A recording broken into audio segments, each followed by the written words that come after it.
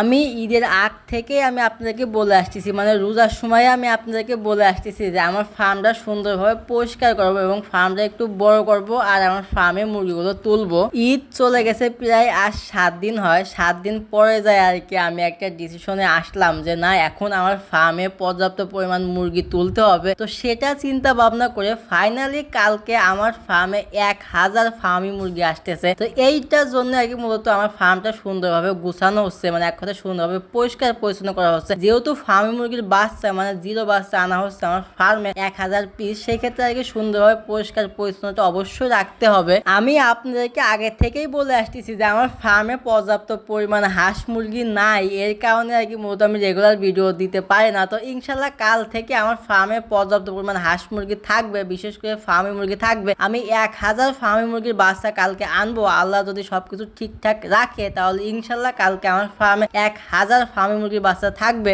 আমার এই ভিডিওর মাধ্যমে আমি আরেকটা কথা বলতে চাই, এই যে আমি 1000 ফার্মি মুরগির বাচ্চা আনবো, এই 1000 ফার্মি মুরগির বাচ্চা কিন্তু আমার ফার্মের জন্য না, আসলে মূলত আমি আনবো হচ্ছে বিক্রি করার জন্য। আমি সুন্দরভাবে ব্রিডিং করবো, কারণ অনেকেই আমার কাছে চান যে ভাই আমার কিছু ফার্মি মুরগির বাচ্চার দরকার, সেই ক্ষেত্রে আর কি সেই কথা মাথায় রেখে আর কি মূলত এই কাজটা করা। আমি এই ফার্মি মুরগির বাচ্চাগুলো আমি 1 মাস লালন পালন করবো। লালন পালন করার পরে A to Z যে ভ্যাকসিনগুলো লাগে বা মেডিসিনগুলো লাগে সেগুলো সম্পূর্ণভাবে কমপ্লিট করার পরে, মানে আপনাদেরকে উপযোগী করার পরে একটা ফার্মি মুরগি যখন দেখবো যে না আপনারা লালন পালন করতে পারবেন, তখন আমি এই মুরগিগুলো সেল দিয়ে দেবো। তার আগে মূলত এই মুরগিগুলো বিক্রি করবো না।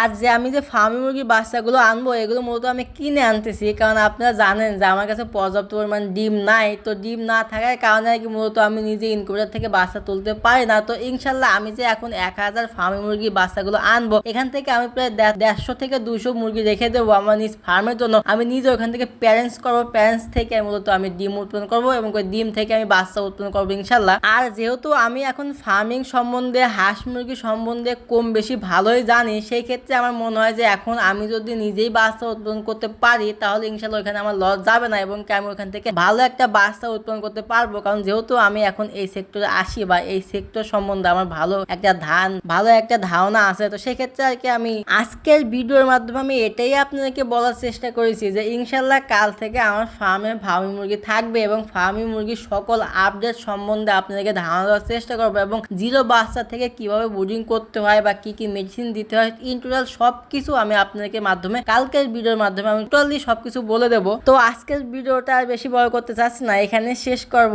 তো সবাই ভালো থাকবেন, সুস্থ থাকবেন, দেখা হবে কালকের ভিডিও থেকে। আল্লাহ হাফেজ।